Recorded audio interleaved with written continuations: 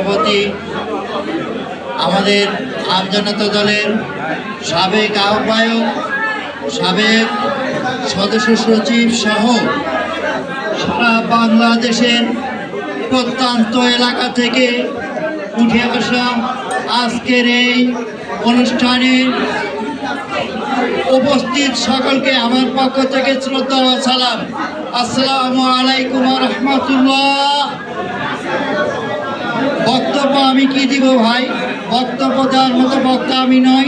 আমার পরে অনেক বক্তা আছে যারা অনেক কথা বলবে। আমি শুধু আমার পরিচয়টা দিয়েই শেষ করব। আমি নাটোর জেলার সদস্য সচিব মোহাম্মদ আব্দুল হালিম ভাই বলছি। যাই হোক, সংক্ষেপে দুটা কথা বলি।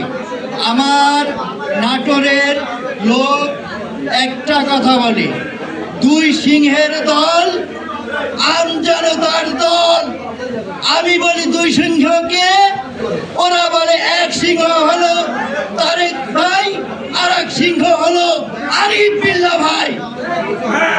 আমি আর কিছু বলবো না, শুধু বলবো তোমার দেশ আমার দেশ, আমজনতার বাংলাদেশ। আসসালামু আলাইকুম ওয়া রাহমাতুল্লাহি ওয়া বারাকাতুহু।